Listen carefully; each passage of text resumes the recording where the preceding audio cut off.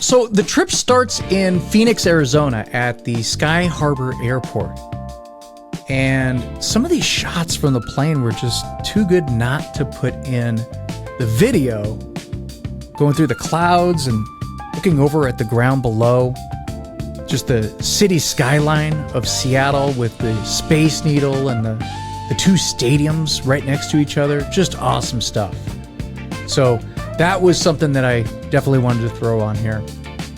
Bright and early the next morning, we headed out on the road. Starting out on Highway 18 and then merging onto the famous I-90. The views on this drive are always something that I never grew tired of. And a quick fact about this freeway is that it goes all the way from Seattle to Boston, which is pretty wild, going all the way across the country like that. I must have driven over Snoqualmie Pass over 100 times over the years. And seeing all the mountains and trees and water just disappear once you get over that pass and it just turns to desert. You see so much different landscape in the state of Washington. It's pretty wild. So we eventually exit off of I-90 onto the first Ellensburg exit. And I always preferred this exit over the main one just because it's less commercial and it has half the lights. The first place I wanted to stop was the town casino. And I remember a couple of years after it went out of business, my good buddy Lee, he had the crazy idea of turning this place into a strip club. And one of the names he wanted to call it was the Hodeo. Of course, he never did go through with that idea. I think he kind of realized that it was too small of a town, and I don't think the residents in town would have allowed that. So moving on, we officially entered the city limits of Ellensburg. And pretty much everything on this road looks virtually the same as it did back in the 90s. It's shocking to see that some of these motels are still around. Like, they were sketchy even back in the day when we were going to school there. So we finally pull into the campus area of town, and I noticed the old bookstore was still there, Gerald's. And this place opened up way back in 1947. And back in the 90s, this was the only place we were able to purchase our books. And I was in shock that it was even still there because they now have a bookstore on campus, and I think you can buy them online as well. So I just wanted to stop in there real quick just to take a look around. And a lot of the store now is clothing, hats, mugs, and other trinkets that you could buy. I also found the vinyl section, and I'll never skip over the chance to flip through some records and see what they have and how much they're asking for these. Seemed a little pricey for poor college kids, so I just started scamming through them just to see what they had. Walking towards the back of the store, it's connected to this little coffee cafe and ice cream shop, so if you wanted to grab a coffee and a cone, they're right there. When we were heading out, Jen noticed a little shelf of salt and pepper shakers that caught her eye. And some of these were fairly entertaining, so she ended up getting these. All right, so moving on from the bookstore, we head out to the neighborhoods of Ellensburg. And I always loved driving through this area because the houses were all so old and well kept and just fun to look at.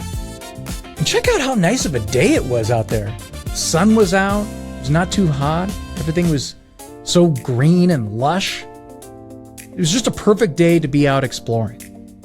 So because we were starving, I made the decision that we needed to go to visit the most famous bar in town.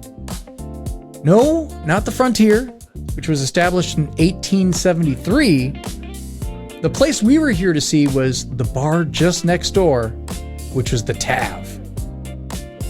And this is a famous hangout for all the college kids back in the day due to their cold beer, the great selection of songs in the jukebox, and above all else, the food. So they're famous for having their burgers like the Hungry Mother or the Barney Burger, and you're served by college kids at a friendly bar atmosphere. I always loved coming here to grab a pint of Mac and Jacks and see all the locals coming and going during all hours of the day. For anyone who went to Central over the last 50 years, it's been an institution for those going to school, passing through town, or just living here as a permanent resident. They even have a nice outdoor area if you want to sit and enjoy your beer during the summer. So heading back out towards the downtown area, we meet up with the famous Bull sitting on the bench.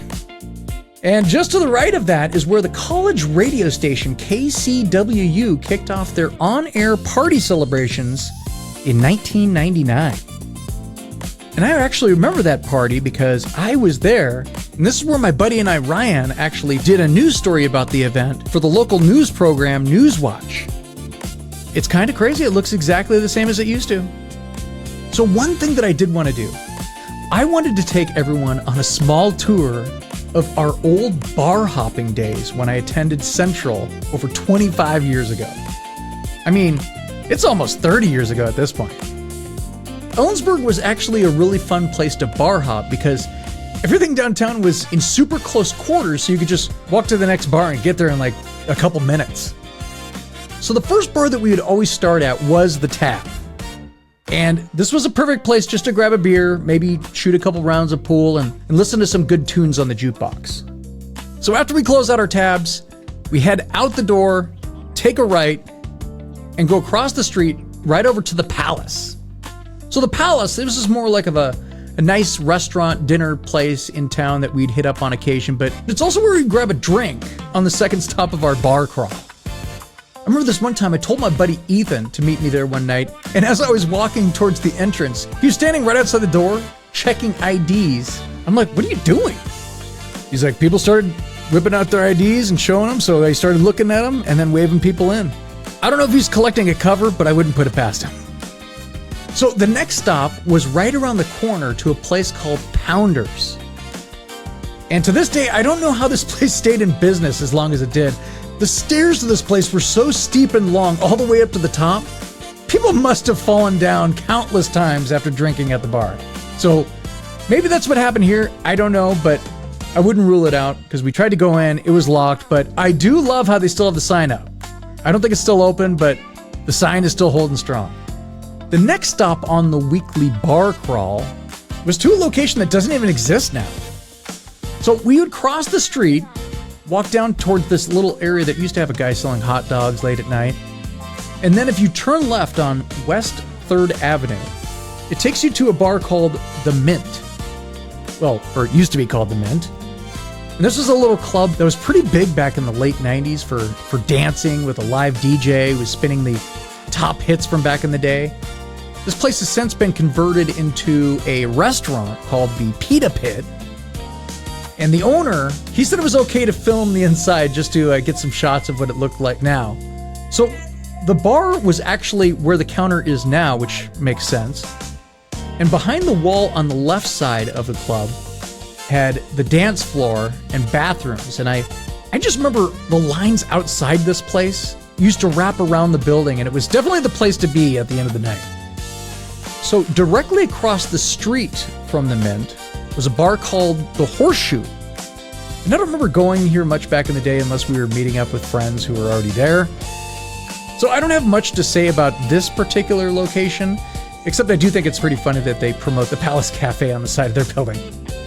Okay, so the next place got really big right before I graduated college. I remember coming back to visit my friends who were still in school at Central, and it essentially replaced the Mint as the place to be. This is always the last bar because it's the furthest out. So what we would do is we would stumble down this sidewalk for a bit, and then boom, it was right there, right on the right-hand side. And back in the day, it was called the Pub. And I love all the names of these places, by the way. The Tav, Pounders, the Pub. Anyway, it looks like it's been renamed since to the Pearl, but everything inside looks exactly the same as it did 30 years ago.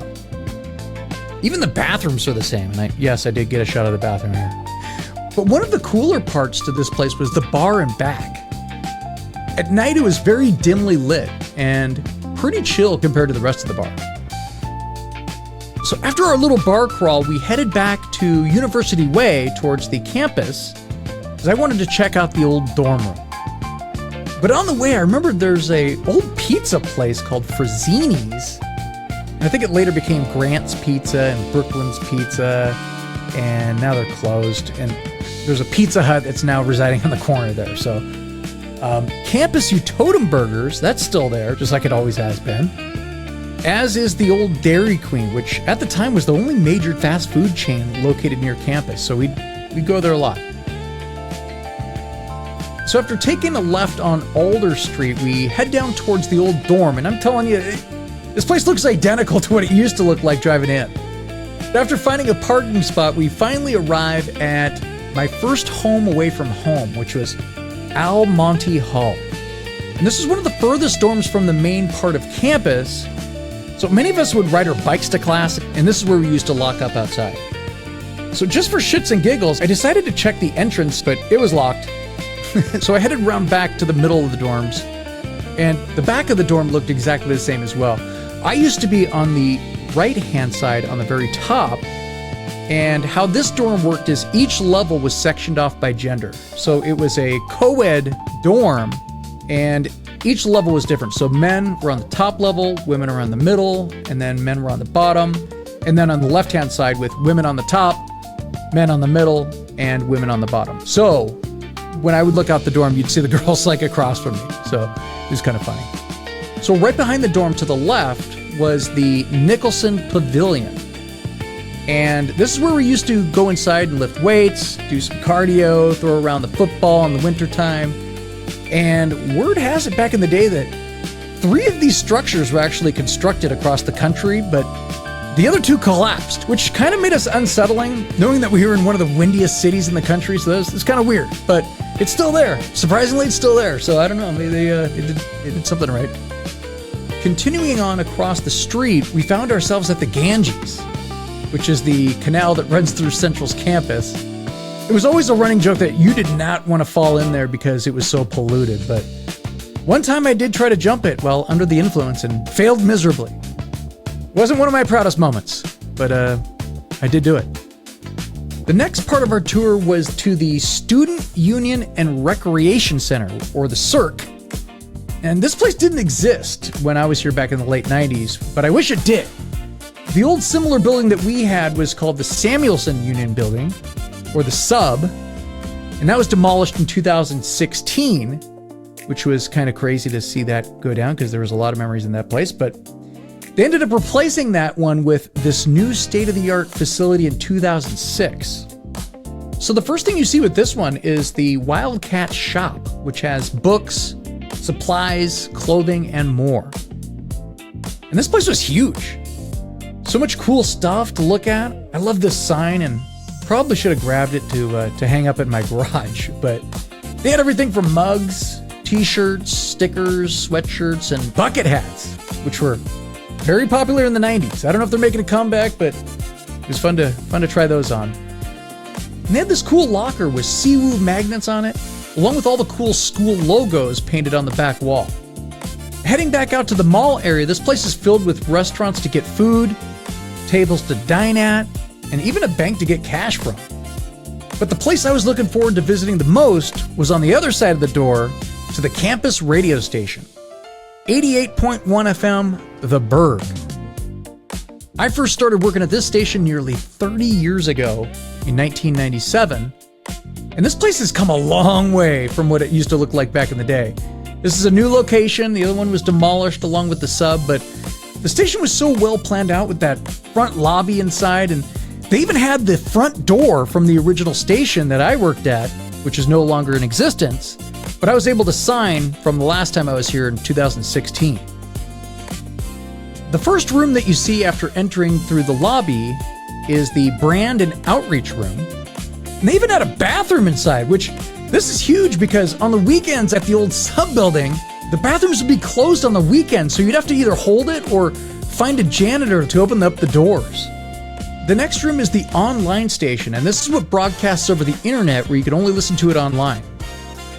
Directly across from the online station is the equipment room, which has all the station's gear and merch for handing out at events and contests. This next room is where students can record their live shows and post podcasts with 4 different video cameras recording each person inside. And then they can upload to the station's website on 88.1 FM Berg. The next room is our tour guide's office, which is also the training room. And this is where Maya has students come in to learn all the skills and techniques of being an on-air personality, gain an understanding of the mix boards, computer systems, and how to properly speak into the microphone. Tommy Skaggs is the current general manager of KCWU, and He helped out the tour by showing us where the back student work area is. And he said that's usually packed during the school year, where the program director, the music coordinator, music director, and the play-by-play sports people gather for doing the football and basketball games. And here's a quick shot of outside the station where the radio tower actually broadcasts from. So continuing on with the tour, we find ourselves at Bullion Hall. And this is where most of my classes were held back in the day, being in the field of broadcast journalism. My major was video communication studies with a minor in mass communications. I was able to poke my head just in the front just to get a shot of the front office, and everything looked basically the same as it did, which was kind of shocking because I just couldn't believe that old building was still there, just being honest.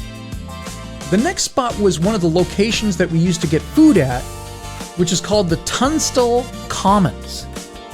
And my buddy Ryan Trotter and I, we used to sing that song that was very popular back in the day, Zoot Suit Riot by the Cherry Puffin' Daddies. But we'd change it to, we're on a Tunstall diet. Diet! Just a quick inside joke. All right, so the next spot is located at Kamola Hall. And the only things that I remember about this place is that it was reported to be haunted, and students used to see this girl, and her name was Lola. So it was always known as the place where Lola of Kamola resided. And I didn't know anybody personally that saw Lola, but we did attend a Halloween party there one time in 1998 or so. And I think Kevin and I, we dressed up as the guys from A Night at the Roxbury, and the DJ played Hathaway's What Is Love, so we could bob our heads to the music. All right, so walking around to the front of the campus, I just wanted to get some shots of McConnell Hall and Barge Hall. And these are some of the older buildings on campus that look very college-like, probably the most college-like. So when you first drive into town and you're seeing the college for the first time, this is what you see, and it's the most impressive part of the college.